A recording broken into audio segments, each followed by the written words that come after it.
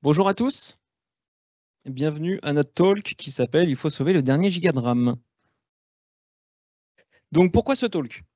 Venant du monde Java, et c'est peut-être pareil dans votre langage, on s'occupe pas trop généralement de la gestion de la mémoire. En Java, on a le garbage collector qui est là pour nous et qui vient avec la JVM et il s'occupe de la mémoire pour nous. Et donc, c'est quelque chose qu'on ne prend pas généralement en compte lors des phases de conception technique ou même lors des phases de développement. Et généralement, on attend que ça pète en prod avant de s'en soucier, quoi. Et c'est un peu ce qui s'est passé, l'année dernière sur notre projet. Donc, on a eu une application qui a eu un peu plus de, voilà, qui a complètement eu des crashs de mémoire, quoi, on va dire, parce que ça manquait de mémoire. Et donc voilà, on va faire un petit retour d'expérience là-dessus, sur les optimes qu'on a pu mettre en œuvre, sur le temps un peu court qu'on a eu pour l'investigation. Donc, je me présente, je suis Damien Lucas, tech lead archi en fonction des projets sur lesquels j'interviens. Donc là-dessus, sur le projet, j'ai été rappelé un peu en renfort sur cette partie-là pour regarder un peu ce qui se passait. Je vous mets le GitHub où vous allez retrouver les slides ainsi que toutes les démos qu'on va vous montrer et le code source. Et voilà. Quant à moi, c'est Yvan Bitus. Je suis également chez OnePoint depuis 5 ans et je suis tech lead. Donc là, l'idée, c'est qu'on va vous faire 3 démos. Une qui va être plutôt axée sur une présentation des outils qu'on a utilisés et puis 2 autres un peu plus orientées, petite optimisation qu'on a pu faire pour vous donner des exemples. Et on va vous jouer donc l'arrivée de Damien sur mon projet, comme il a dit, en renfort, pour venir un petit peu aider les équipes à corriger tous les petits problèmes qu'il pouvait y avoir. Bonjour Damien, bienvenue sur le Salut projet. Yvan, merci. Alors dis-moi, vous faites quoi sur le projet? C'est quoi le fonctionnel? C'est quoi la stack? Écoute, installe-toi, je t'explique. Merci. Pas trop ton temps quand même. Alors, on travaille sur une chaîne éditique. Alors l'éditique, ça ne parle pas à grand monde, hein. En gros, c'est tout ce qui va concerner la communication entre une entreprise et ses clients. Donc, que ce soit via des courriers, des emails, des notifications push, etc., etc. Bon, comme tu peux le voir, nous, on fait du courrier à l'ancienne. C'est un projet qui est assez ancien dans la boîte. Il a 10-15 ans et il a grossi au fil des années, hein, évidemment, de façon un petit peu organique, un petit peu désordonnée, et il y a eu une perte de connaissances fonctionnelles très importante. Ce qui fait qu'aujourd'hui, on arrive à des extrémités comme que tu connais. Donc, on est sur une chaîne batch, que voici représentée schématiquement, assez classique en soi. On a des modules Spring Boot qu'on peut voir, et les clients de notre client lui envoient leur flux de données. Donc les flux de données, qu'est-ce que c'est? C'est un gros PDF avec tous les courriers qu'ils veulent envoyer.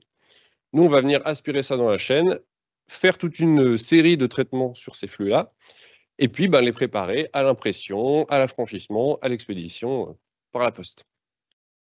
La stack, elle est classique, c'est du Spring, on a une base de données Postgre, donc là, pas trop de surprise.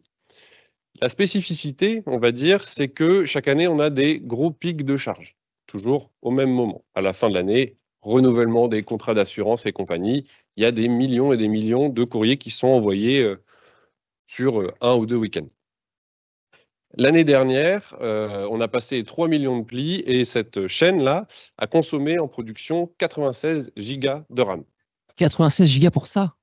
C'est chaud. Ouais, alors en fait, la chaîne, elle est un petit peu plus compliquée que ça. Je te montre. Pas beaucoup plus, hein. Ok.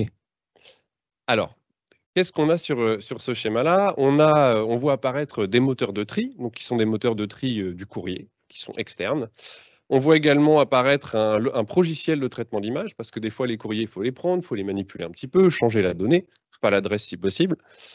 On a un portail d'administration en Angular, toujours notre base de données qui figure.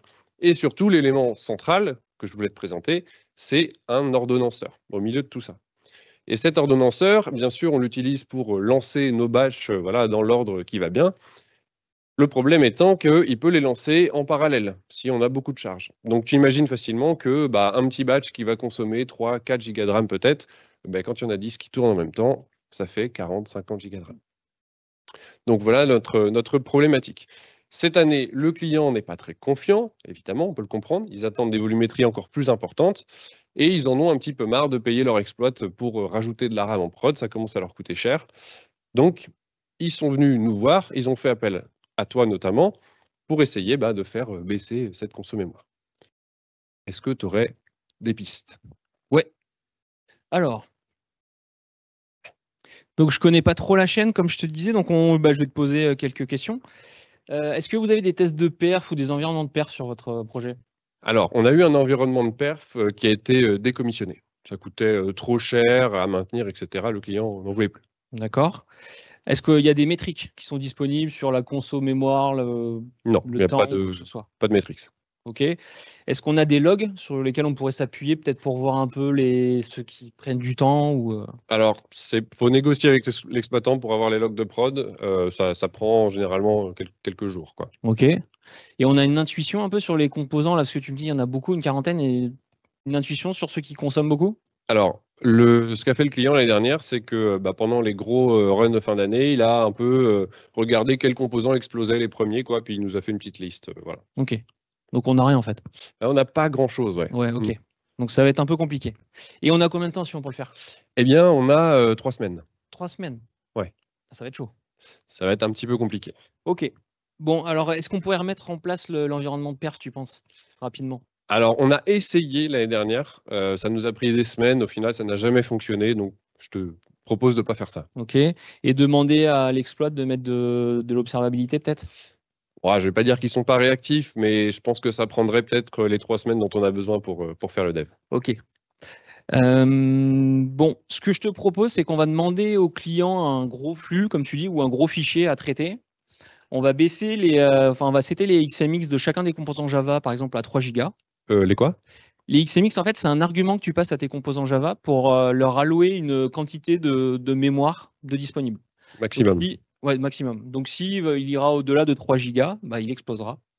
Et donc, on va pouvoir voir un peu ceux qui consomment le plus. Ok, et donc on essaie d'extrapoler un peu ces résultats-là en se disant qu'en ça. prod, ça aurait le même comportement. On les baisse tout à 3, on fait passer le gros fichier et on regarde celui qui explose. Ok, très bien. Ok. Facile. Bon, par contre, s'il est 17h30, on est vendredi. On verra On ça. fait ça lundi. Ouais, ok. En plus, moi, je serai en retard. Donc, commence sans moi, demande le fichier et puis on. Ok, ça marche. Bon, je demande ça au client. Allez, bon week-end. Allez, ciao.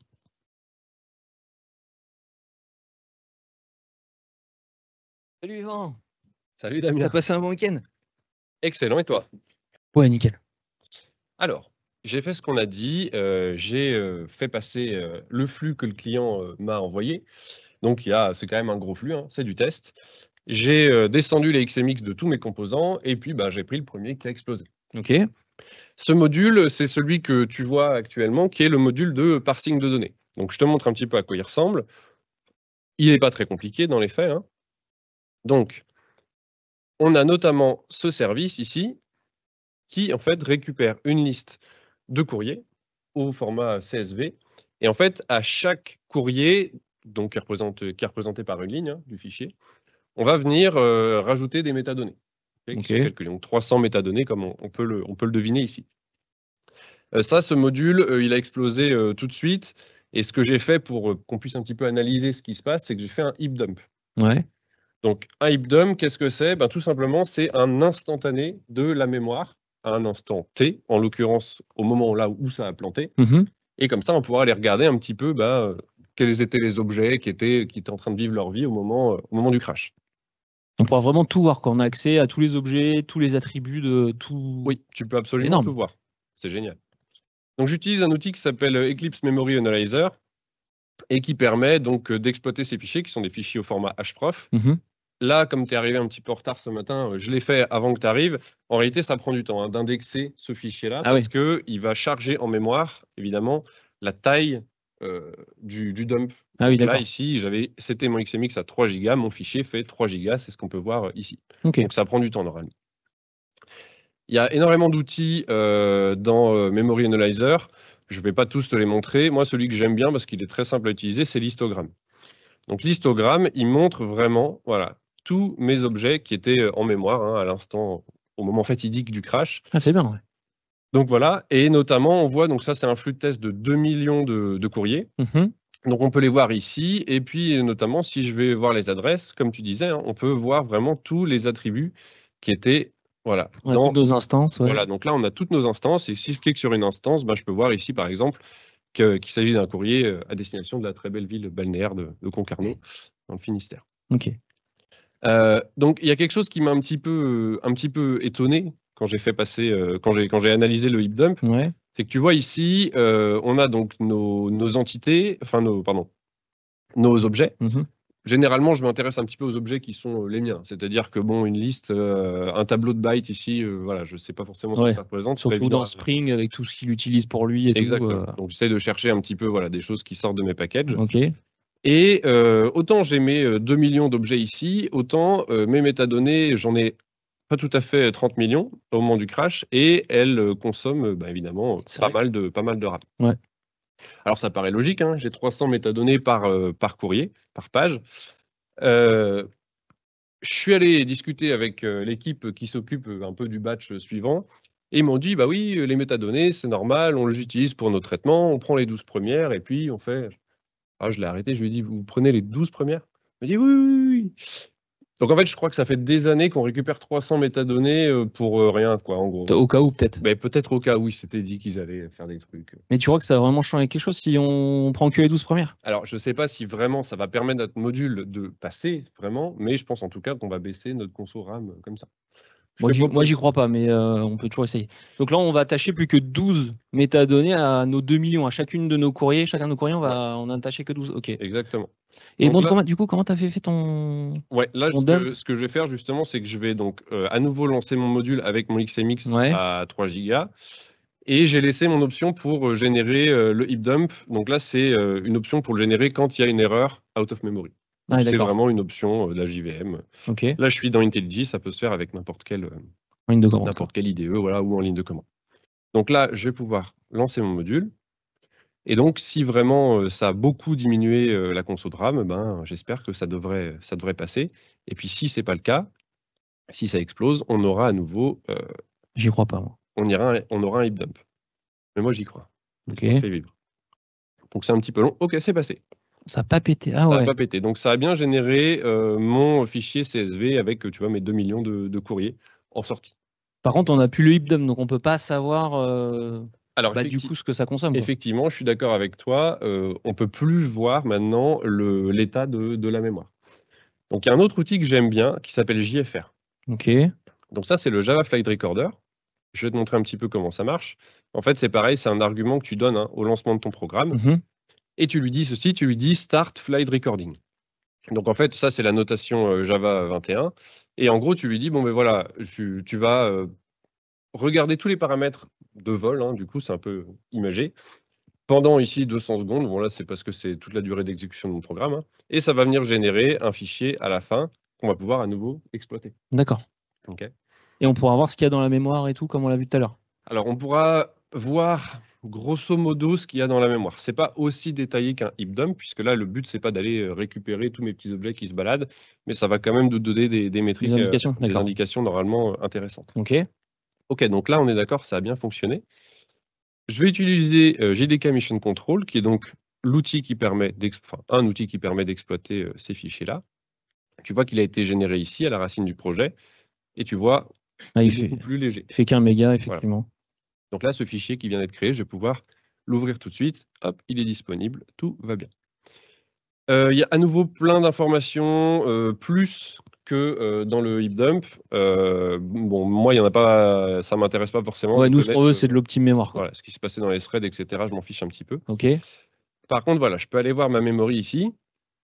Et on retrouve bien nos métadonnées, qui d'ailleurs pèsent quand même 1 giga. Plus que tout à l'heure. Voilà, on pesait 1 giga dans la Okay. Alors, plus que tout à l'heure, en même temps, tout à l'heure, l'exécution s'était arrêtée. Peut-être que si on l'avait laissé continuer sur XMX, ça aurait consommé des gigas et des gigas de RAM. Ok, je comprends. Et normalement, quelque part, voilà, on retrouve bien nos personnes, nos adresses, nos courriers. On ne sait pas combien il y avait d'instances qui ont tourné à un moment, mais en tout cas, on sait combien d'allocations mémoire il y a eu. Ok. Ok. Bon, c'était un gros fixe, ça. C'était un gros fixe. C'est juste le truc de la constante. On a bien vu. Semaine de travail. Ouais. Bon, bah, il est vendredi, 17h30. On va peut-être. On va s'arrêter là, je Ouais, pense. Hein. on poursuit lundi pro. On voit lundi pro. Ouais. Allez, bon week-end. Week-end. Pardon, on n'avait pas montré la slide de la semaine. Quelle déception. Ok, bilan de la semaine, 1 giga de RAM sauvé. Alors évidemment, c'était un exemple très simple, vous avez tous compris ce qui s'est passé. Faut savoir que c'est un exemple qui est tiré de la vraie vie réelle. Évidemment, dans un programme ancien, beaucoup plus compliqué. Et en fait, là, autant ça pouvait peut-être sauter aux yeux, autant nous, quand on a vraiment fait un heap dump, on s'est dit qu'est-ce que c'est ces métadonnées, il a fallu aller chercher où elles étaient, etc. Donc là, cette petite démo, c'était surtout pour vous montrer comment utiliser l'outil. Je vous remets d'ailleurs quelques commandes. Alors JMap, JCMD, c'est très bien, ça fait la même chose, hein, ça génère des heap dumps. La différence, grosse différence, c'est que vous devez renseigner un PID au moment où vous lancez la commande. Pour nous, pour du batch, c'est pas hyper pratique parce qu'évidemment un batch, voilà, ça démarre, ça fait son traitement, ça s'arrête. Donc s'il faut aller récupérer le PID un peu en speed pour lancer le truc, c'est pas terrible. Mais pour une application qui tourne, pourquoi pas, c'est très utilisable aussi. Et nous, donc, on a utilisé le heap dump on out of memory error avec, je vous l'ai mis ici, en option le XMX. Il ne faut pas hésiter à descendre son XMX de beaucoup pour être sûr que l'appli explose au moment où voilà, elle est vraiment en train de consommer de la mémoire. Donc des outils très, très intéressants et donc Eclipse Memory Analyzer pour aller observer tout ça en détail. JFR a un petit peu ma préférence, c'est quand même beaucoup plus léger à utiliser, c'est moins précis en termes de mémoire. Mais voilà, ça c'est l'option Java 21, ça a beaucoup changé, il y a eu plein de débats apparemment sur comment packager JFR. Donc voilà, ça c'est la méthode actuelle, c'est facile à utiliser, ça marche bien. Et JDK Mission Control pour analyser les résultats. Semaine numéro 2. Salut Yvan, ça va? Salut, ça va et toi? Tiens, je te passe le micro. C'est gentil.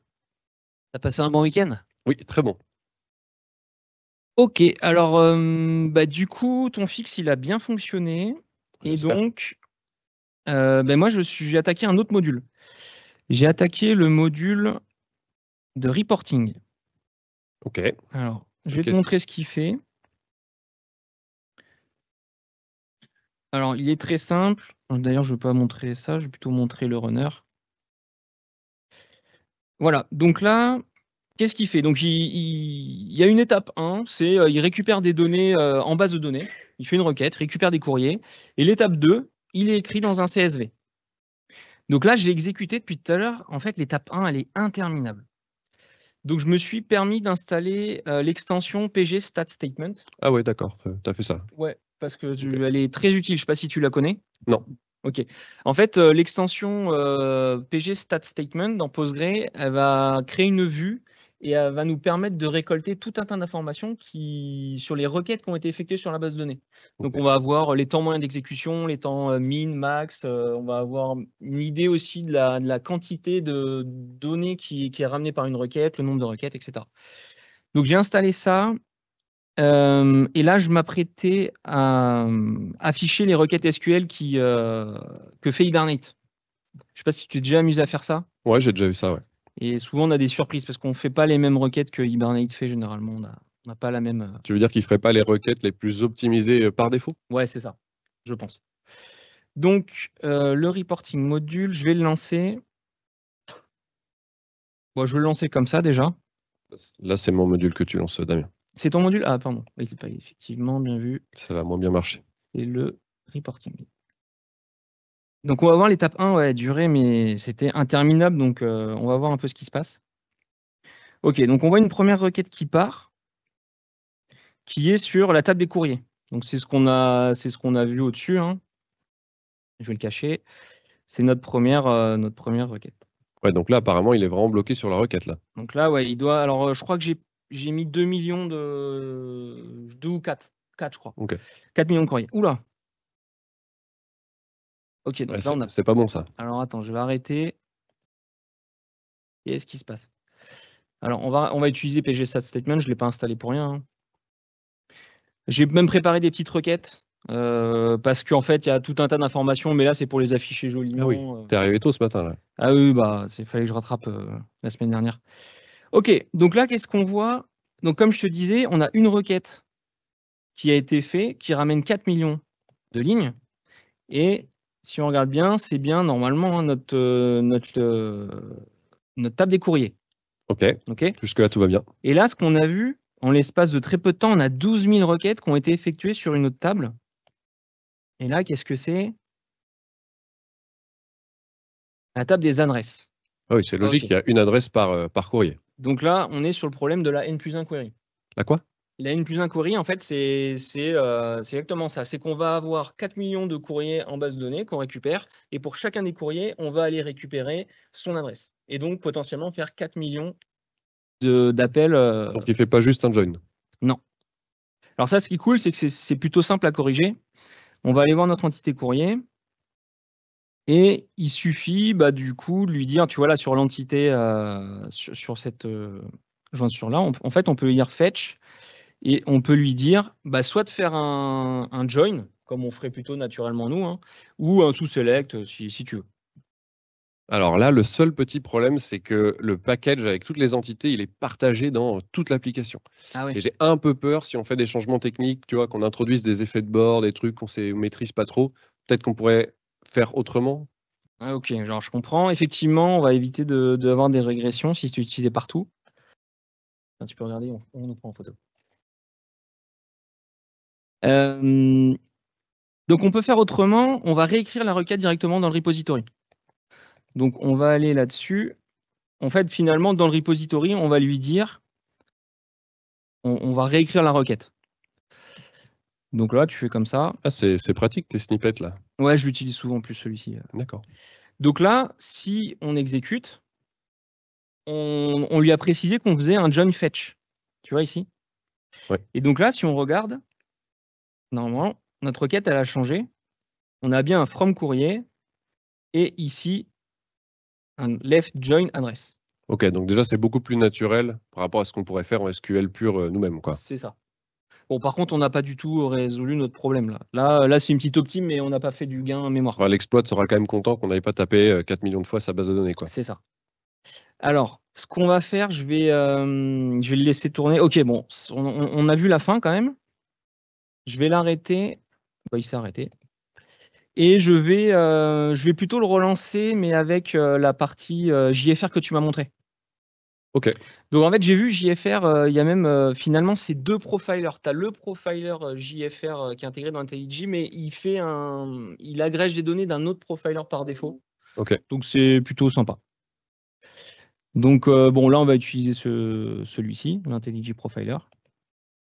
Et on va regarder un peu. Donc ce qui est cool avec cette vue-là, c'est qu'en direct, on voit la consommation mémoire et la consommation CPU. Donc nous, je t'ai dit CPU, on s'en fiche un peu. Mais là, ce qui est cool, c'est qu'on peut voir un peu ce qu'il consomme. On peut voir qu'il y a un problème, quoi. Ouais, on peut voir qu'il ramène beaucoup de données de la base, quoi. Donc là, effectivement, 3 gigas, ok, bon là, il ramène beaucoup de données, quoi. Alors, si on regarde un peu le fichier CSV, parce que là maintenant, on l'a eu tout à l'heure, hein, le fichier CSV, si on regarde un peu à quoi il ressemble. Ah ouais, en fait, le reporting, on prend juste la ville et un nom ou un prénom, un truc comme ça. Ouais, c'est le reporting sur les villes, ouais. Alors attends, il est fait comment ce reporting? Il est juste en dessous, ok. Donc quand on écrit le fichier CSV, ah ouais, on prend la ville et le destinataire. Donc en fait, on n'a même pas besoin des adresses, quoi. Ouais, on tire peut-être un peu trop de trucs de la base, ouais. Ok. Alors, ce qu'on va faire, c'est qu'on va faire une projection. On va utiliser les projections. Une projection. Les projections, en fait, c'est du standard SQL. Hein, c'est tout simplement le fait de sélectionner les colonnes qu'on veut. Parce que là, grosso modo, ce que nous fait Hibernate, c'est un select étoile. En fait, on récupère toutes les colonnes. Oui, tout ce qu'il voit dans l'entité, quoi. C'est ça. Alors, les projections, c'est hyper bien intégré dans Spring Data JPA. Ça se fait hyper rapidement.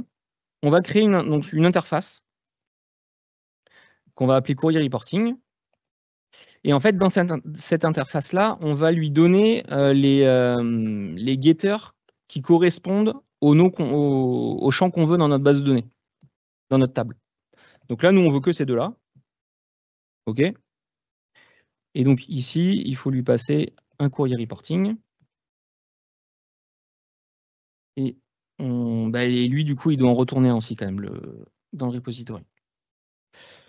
Donc là, ce qui est cool, c'est qu'en fait, on n'a même plus besoin de la query parce que on n'attaque plus du tout la table. Et donc là, il va se baser sur juste le nom des accesseurs pour aller récupérer les bons champs qui vont bien. C'est ça. C'est magique. Donc là, je réexécute, on va voir, hein, je réexécute. Donc la requête, elle a bien changé. Je récupère bien que la ville, le destinataire, from courrier, super. Par contre, j'ai oublié de le lancer avec le profiling. Donc le module reporting, hop. On va voir normalement, donc là, on va récupérer beaucoup moins de données. Déjà, on ne récupère pas toutes les adresses, et en plus de ça, on récupère qu'une partie, que 2 colonnes sur... En fait, de manière assez logique, on récupère que ce dont on a besoin. C'est ça. La petite optime qui va bien. Ok, donc là, bon, ça va beaucoup plus vite déjà, il a moins de données à récupérer, mais on consomme quand même encore 3-4 gigas. Quoi. En fait, est-ce que le problème, c'est pas tout simplement, maintenant que tu as optimisé ta requête, de se dire, on ne veut pas charger tout en mémoire avant d'écrire notre fichier? Oui. Effectivement, en fait, on pourrait faire une autre optime qui est hyper bien intégrée, encore une fois, dans Spring Data JPA. C'est directement de retourner dans notre repository, on va retourner un stream. Et ça, tu crois que Postgre va être d'accord? Ah oui, en fait, c'est intégré, ça fait partie des features. Donc là, encore une fois, il n'y a pas beaucoup d'impact dans notre code, hein, j'ai vu. Là, ici, on récupère un stream. Donc on l'importe. Et le write CSV, c'est pareil, c'est un stream. Et c'est tout. Alors, je vais l'exécuter, mais ça va planter. Parce qu'en fait, il faut un contexte transactionnel. Du coup, tu ne l'exécutes pas. Du coup, je ne vais pas l'exécuter. En fait, il faut un contexte transactionnel parce que on va ouvrir une requête et il lui faut une transaction. Donc, je vais mettre un transactionnel. Et en plus de ça, en fait, on est sur un stream. Et donc, il va falloir le fermer. Donc, on va le mettre dans un try with resource. On va le mettre dans un try with resource. Voilà. Et là, ça va passer. Donc, on l'exécute. On va voir, on va regarder ce qu'on gagne. Hein. Donc, je disais, il a besoin d'une transaction parce qu'en fait, il va faire, tu vois, il fait qu'une seule requête. Et de lui-même, Spring Data JPA, il va aller fetch de la donnée. Donc, il s'arrange comme il veut. Il va chercher des gros paquets, quoi. C'est ça. Il récupère des paquets et c'est pour ça qu'il a besoin d'une transaction parce que il va le faire en plus de temps. Et là, tu vois, effectivement, le stream, c'est cool. Maintenant, alors je ne dis pas qu'on plafonne à 1 giga, mais on ne consomme plus les 4-5 gigas qu'on avait vu tout à l'heure. Mais en même temps, si on y réfléchit, c'est quand même énorme comme consommation de RAM juste pour aller chercher des paquets en base de données et les écrire dans un CSV. Effectivement. En fait, on pourrait faire une dernière optime. Ce serait de lui dire directement le nom, enfin, tu vois, lui setter le nombre de courriers à récupérer par fetch. Et ça, c'est même conseillé de le faire parce que là, on laisse Postgre comme un grand driver, on lui dit vas-y, fais ce que tu veux. Et donc, en fait, on peut donner des hints sur nos queries. Ouais, sympa aussi ce snippet-là. Ouais, j'utilise hyper souvent. Pour de la perf, c'est énorme. Donc là, tu vois, je lui dis on récupère des paquets de 300 000. Et donc, on va exécuter ça. Bon, là, c'est arbitraire ton 300 000. Ouais, c'est totalement arbitraire. En fait, on a 4 millions de courriers. Donc, voilà. En fait, ce qu'il faut faire, si je tire un peu le trait, si je mettrais des fetch de 1, en fait, ok, j'aurais une consommation très basse de mémoire, mais par contre, ce serait beaucoup plus long parce qu'il y aurait beaucoup de fetch. Il referait ses 4 millions de fetch, quoi. C'est ça. Et à l'inverse, si on lui met directement 4 millions, il n'en ferait qu'un. Et voilà. Et donc là, si on regarde un peu ce que ça donne. Là, ça consomme plus rien, quoi. Là, on est vraiment sur plus grand-chose. Alors, c'est peut-être même un tout petit peu plus long que tout à l'heure, mais au moins la conso, là, pour le coup, on a fait une bonne optime, quoi. Et donc, donc là, c'est du stream.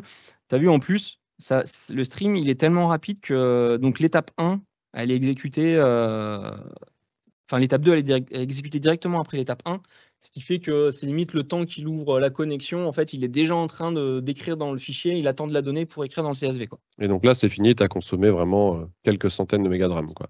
C'est ça. Il y a quand même un truc qui m'interroge là dans tes logs, c'est qu'il y a une requête qui part au tout début, avant même de commencer à écrire le fichier. Ah ouais, celle-là ?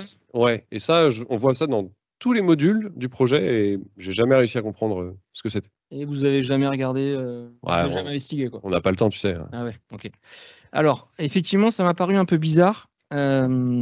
Surtout que si on regarde un peu, donc effectivement, tu l'as dit, hein, là, on est vraiment sur le démarrage du module, mais on a une requête qui part avant. Alors, on va regarder un peu cette classe-là. Hein. On va regarder s'il n'y a pas eu... Et comment tu vas faire pour savoir un peu de quelle classe ça peut partir? Alors déjà, on voit rien ici. Donc, c'est très bizarre. Il y a un outil, je ne sais pas si tu connais Vlad, Le Java Champion? le fameux, ouais. Bien sûr. Je ne prononcerai pas son nom de famille, mais c'est un Java champion qui tient un blog. Et c'est un expert Hibernate, Postgre, etc. Et il est très très bon et il utilise, il fournit une librairie d'utilitaires qui s'appelle Hyper600 Utils. Et notamment, il y a une des fonctionnalités de cet utilitaire qui permet justement de retrouver la requête qui a été envoyée par Hibernate. Il va te pointer du doigt quel service ou quel repo. Alors, on va l'installer. J'ai préparé un petit snippet parce que j'utilise aussi souvent celle-là. Donc, première chose, dans le POM, on va aller ajouter le module, la dépendance. OK. Ensuite, on ajoute ce qu'on appelle un inspecteur. Alors là, on ne le voit pas beaucoup, mais bouge pas, je vais créer la classe. Donc, Hibernate config. Donc là, on ne va pas le laisser. Hein. Je le crée et puis c'est juste pour investiguer. Ensuite, on le shoot. Voilà. Donc, tac, je le récupère et on va regarder un peu ce qu'il y a dedans. De toute façon, ce n'est pas extraordinaire. On fait tous les imports qui vont bien. Donc, en fait, c'est un inspecteur, donc c'est un bin qu'on va avoir et on a juste à lui donner le package à scanner, à traquer. Alors là, j'ai peut-être pas fait l'import. Maven. Je pense qu'il l'a pas chargé.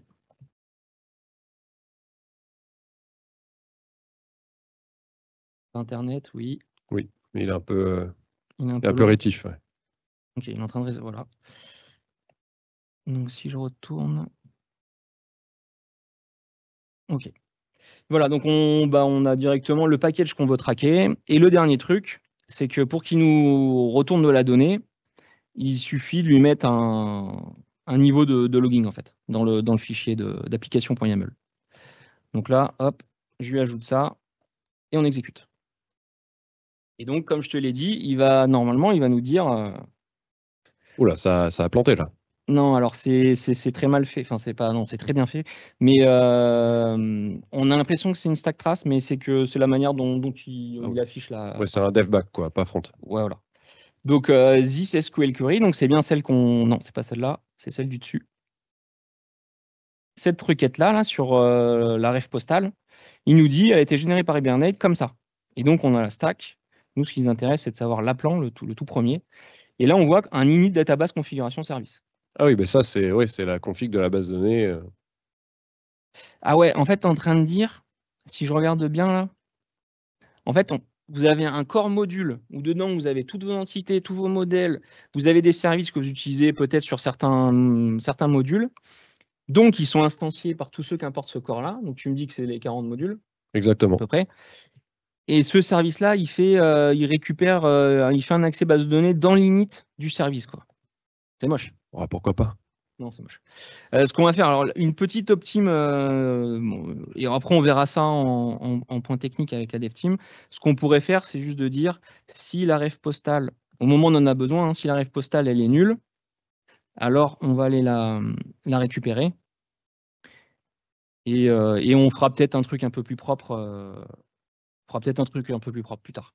Ok? Ok, moi ça me va. Donc là, si j'exécute, normalement, on ne devrait plus avoir notre requête. Voilà, on a celle-là. Effectivement, on l'a plus. Bon, parfait. Bon, ça, c'était une bonne semaine. Hein.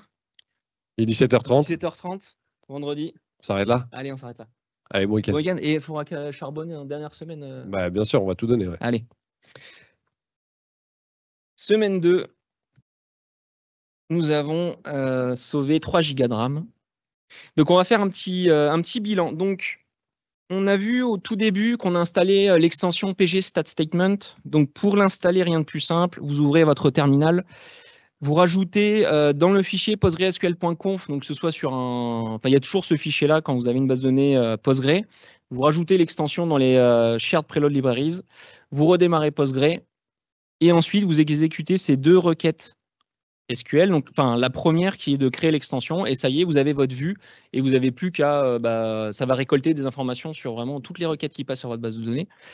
Et bien sûr, celle que je ne vous ai pas montrée, c'est celle qui permet de reset entre deux runs. Donc, il y a une fonction qui permet de reset la vue, tout simplement, toutes les données. Donc ça nous a été hyper utile parce que sur 40 modules, 40 composants, on ne sait pas trop comment la base de données elle est accédée, et donc ça nous a permis de voir des accès qu'on a pu mettre en cache ou ce genre de trucs. On a vu les projections dites fermées. Donc les projections fermées, c'est les plus simples comme ça. On dit directement, on a les getters de ce qu'on veut récupérer. Donc je rappelle, c'est pour savoir ce qu'on veut mettre dans notre clause select.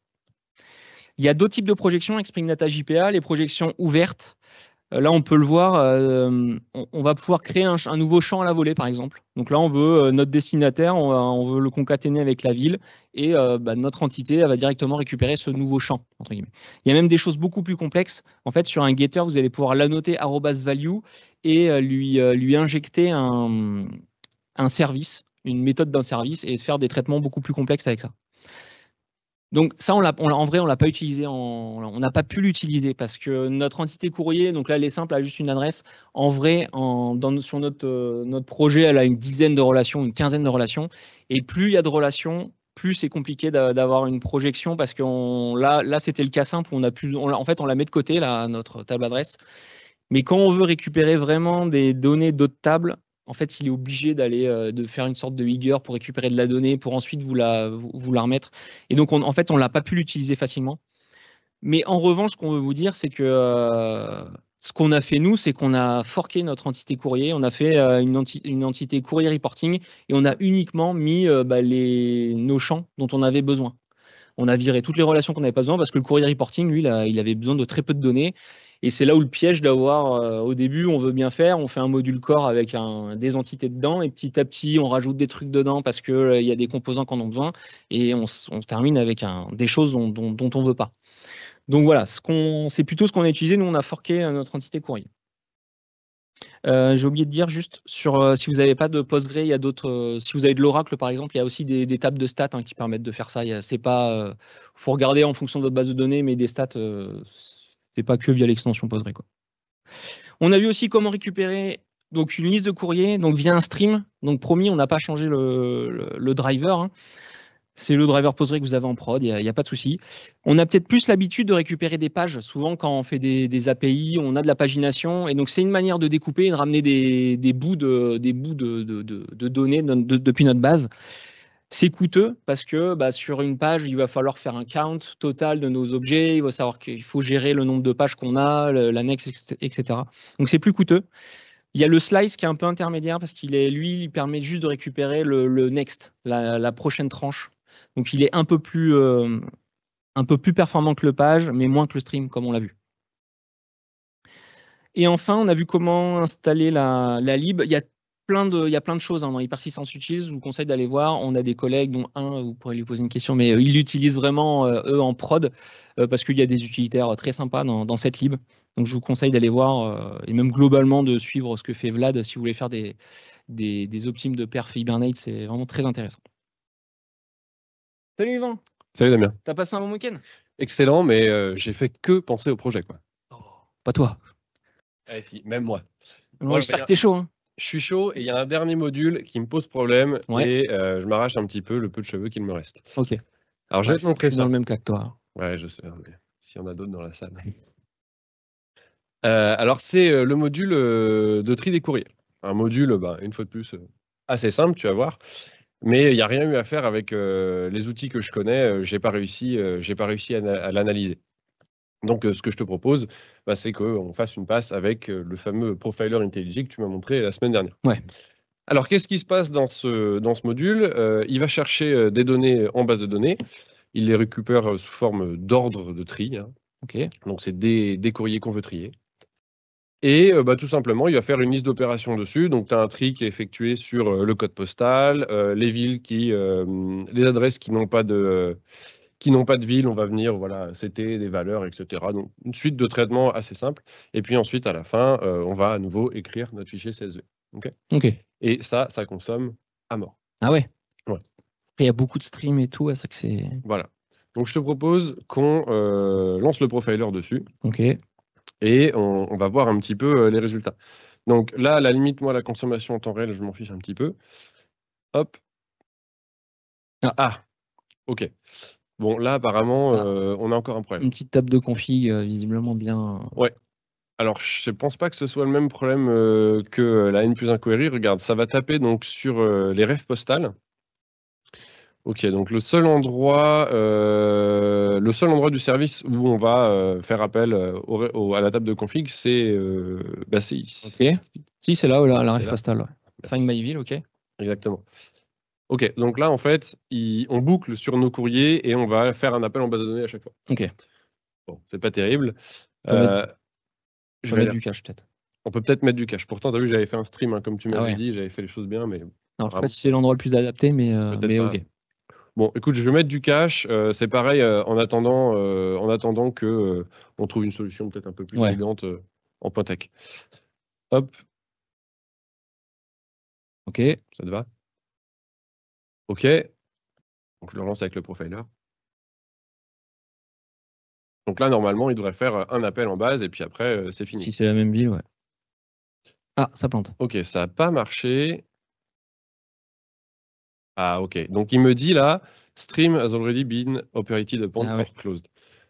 Donc, en gros, je pense que c'est le problème qu'on aurait pu avoir la semaine dernière si tu avais lancé l'exécution du programme. Ouais. En gros, le stream, il a déjà été consommé une première fois, a priori. Ah oui. Ce que ça veut dire, c'est que quand il arrive ici dans la boucle, il fait le premier find by ville. Ici, il fait un find any sur le stream. Et puis, voilà, il est consommé et c'est terminé. On peut plus itérer dessus. Ok. Donc, en fait, ce que ça veut dire, c'est qu'ici, le cache, il met vraiment le stream. Ah, Moi, je pensais que c'était peut-être la liste et qu'il itérait dessus après. Mais bon. Ok, donc, pas bonne idée. Je vais remettre. Vaut mieux faire une liste, effectivement. Je vais remettre une bonne vieille liste. Hop, on va faire le stream ici. Du coup. Obligé. Ok. Et du coup, je pense que c'est bon. Bon, j'espère que cette fois, ça va passer. Et c'est reparti. Donc là, il récupère nos données en base. Oula, il y a eu un gros pic là. On est à combien? Ouais, il y a eu un gros pic de charge. Ouais, on est à 4, dans les 4 gigas. Ok. Et il y a un truc que j'aime bien donc, avec le profiler. Donc, une fois qu'il a fini son exécution, on a vu le temps réel, ok. Mais là, maintenant, on a les opérations qui ont eu lieu. Donc là, c'est tout ce qui concerne le CPU. Moi, je m'en fiche un petit peu, comme d'habitude. Je vais surtout regarder tout ce qui est côté mémoire. Ouais. Et en fait, surtout l'intégration dans IntelliJ qui est géniale, c'est que tu as vraiment la conso par ligne. Ah ouais, ça te donne une indication, quoi. Voilà, c'est ça. Ok, c'est énorme ça. Donc du coup, on pourra regarder un petit peu ce qui se passe. Donc déjà, on voit qu'il a alloué un peu plus de 8 Go de RAM. Hein, donc c'est pas, voilà, ça explique des choses. C'est beaucoup. Et là, surtout, on voit qu'il fait plein d'allocations dans mon code, quoi. Tu as vu, il fait plusieurs fois 2 Go, 2 Go. Et alors là, ce qui est quand même hyper étonnant, c'est que sur un log, il a consommé 2 Go de RAM. C'est très bizarre, ouais. Ça me paraît vraiment étonnant. Surtout qu'il fait vraiment juste un affichage. Size. Voilà, il récupère une liste, il prend la size et puis il affiche, quoi. Ok. Peut-être aller regarder tout ça. Ouais. Donc, je vais aller dans mon. Ok. Ah, c'est pas qu'un get courrier. Il y a quand même un problème ici. Un mensonge. Il y a même un petit mensonge, c'est vrai. Parce que là, c'est un getter, on s'attend à ce qu'il retourne juste une liste. En fait, il fait des opérations dessus avant de la retourner.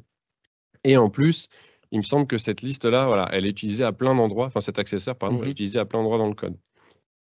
Donc en fait, ça récupère une liste, ça fait un stream dessus, ça le reconvertit en liste et ça le renvoie. Ouais. Je pense que derrière. J'ai vu beaucoup de stream aussi derrière. On re-stream dessus en fait à chaque fois. À chaque fois. Donc peut-être que tout simplement, on pourrait dire, bah non, on renvoie un stream et puis on fait nos trucs dessus, quoi. Tu crois que ça va changer quelque chose, ça? Écoute, depuis la première semaine, j'ai confiance. Moi, j'y crois pas, moi. T'y crois pas, mais moi, si. Hop. Ok. Donc on renvoie un stream. On va directement renvoyer ça. Évidemment, il n'est pas content. Il faut que je lui mette son petit stream ici. Et puis évidemment, ça râle de partout. On ne peut plus streamer sur un stream. Bon, le log, moi, de toute façon, un log qui consomme autant, stream ou pas stream, je pense que ça sert à rien. Ouais. À la limite, on le mettra en mode trace ou debug. Ouais, carrément. Pour l'instant, juste, on va le mettre de côté, quoi. Ok, donc là, j'ai vraiment la même logique métier, hein, mais juste, j'ai un petit peu épuré mon code. Et donc là, je me le mets de côté. On avait consommé 8,8 Go de RAM. Et on va relancer le profiling pour voir un petit peu ce que ça change et puis surtout l'ordre de grandeur, si on a vraiment des améliorations qui ont lieu. Ok, donc il met à nouveau à jour les données avec ce qu'il a trouvé en base. Ça allait un petit peu plus vite, Ouais, je a pense. priori. Ok, donc je regarde les données du profiler, je le remets en mode mémoire. Et Ah ouais. ouais, on a baissé de moitié quand même la conso mémoire. Donc le collector to list, finalement, Le ça, collector to vu qu'on list, on le faisait 4 fois à chaque fois, ça ouais. prend du temps. En Ouais, fait. ça consommait pas Ça mal consomme de la mémoire en de plus. mémoire. Moi, sur cette belle victoire, j'aimerais qu'on clôture la semaine. On pousse en Ouais. prod et puis on voit ce que ça donne. Il est 17h30. Hein. Il est 17h30, Vendredi. ça En m'évite. prod, mais il n'y a pas de recette sur le projet. Non, mais là, on n'a pas le temps. Là. Ok, ok. Bon, bah écoute, bon week-end. Bon week-end. Bilan de la dernière semaine, 4 Go de RAM sauvés. Alors les listes, c'est bien. Les streams, c'est mieux, mais pas toujours. En fait, à travers l'exemple un peu drôle qu'on a essayé de vous montrer là, bah, à nouveau, c'est un vrai exemple de la vraie vie. Nous, les collecteurs qu'on a vu passer, c'était des trucs qui, des fois, allouaient 30 Go de RAM. Hein. C'était vraiment la folie. Et en fait, ce qu'on voulait surtout vous montrer, c'est que bah, le profiler, bon, dans IntelliJ, mais ailleurs, hein, c'est vraiment facile à utiliser et ça permet de pointer du doigt tout de suite, en fait, les endroits où il y a des problèmes. Alors, c'est pas toujours aussi évident que là, mais globalement, moi, je trouve que voilà, ça permet de mettre en évidence assez facilement des petits points de blocage dans votre code. Ça coûte rien de le lancer. Donc voilà, je trouve que c'est une bonne habitude à prendre. Et puis, bah, les streams, c'est pareil. On a remarqué, nous, qu'il y a beaucoup de développeurs qui n'aiment pas manipuler des streams en Java, qui passent leur temps à les collecter sous forme de liste pour avoir leur bonne vieille liste là qu'ils connaissent. Bah, si vous ne faites pas d'opération terminale sur un stream, ça ne sert à rien, hein, évidemment. Il faut continuer à manipuler des streams, faire des opérations intermédiaires. C'est bien optimisé derrière, normalement. Donc voilà, c'est des petites règles un peu de dev que nous, on s'est mis. On a ajouté un cache. Je vous ai juste caché la petite partie config. C'est très minimaliste, hein, mais il ne faut pas oublier le enable caching. Là, c'est rendu cache de base. Il n'est pas super performant, même par rapport à des appels en base de données. Donc, c'est pas du tout un truc qu'on conseillerait hein, dans la vraie vie. Il y a plein de libs qui permettent de faire du caching beaucoup plus performante. Pour ceux qui ont vu la conférence un peu plus tôt là, cet après-midi. Sur Infinispan. Voilà, c'est ça. Donc, utilisez plutôt ça.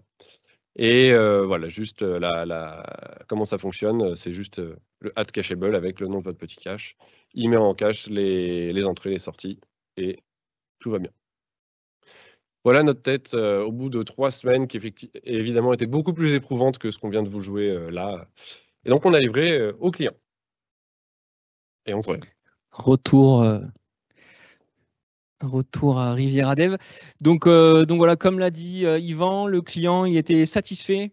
Alors malheureusement, on n'avait pas de métrique avant, donc on n'en a pas eu après.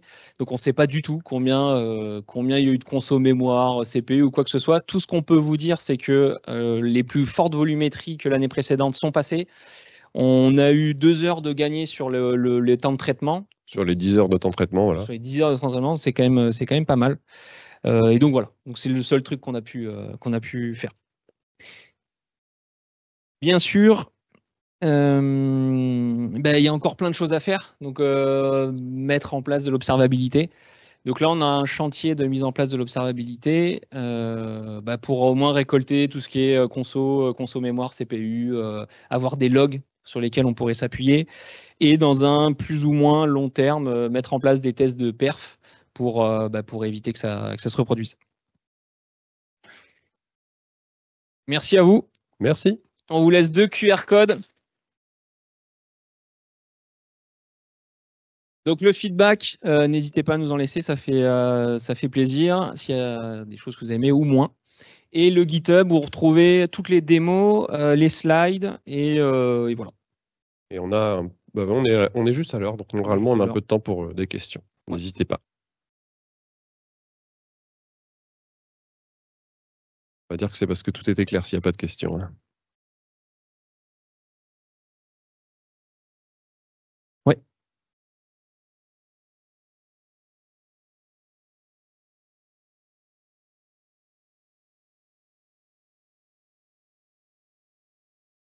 Pas de peau.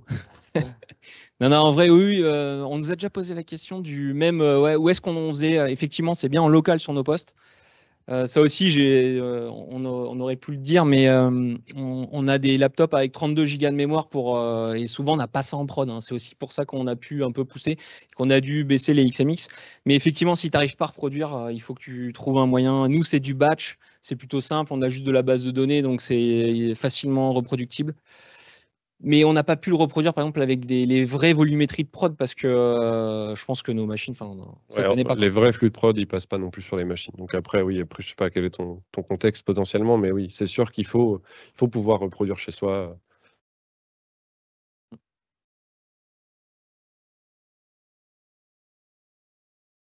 Bon, et ben c'était la fin. Maintenant, c'est keynote de fermeture. Et après, c'est la bière.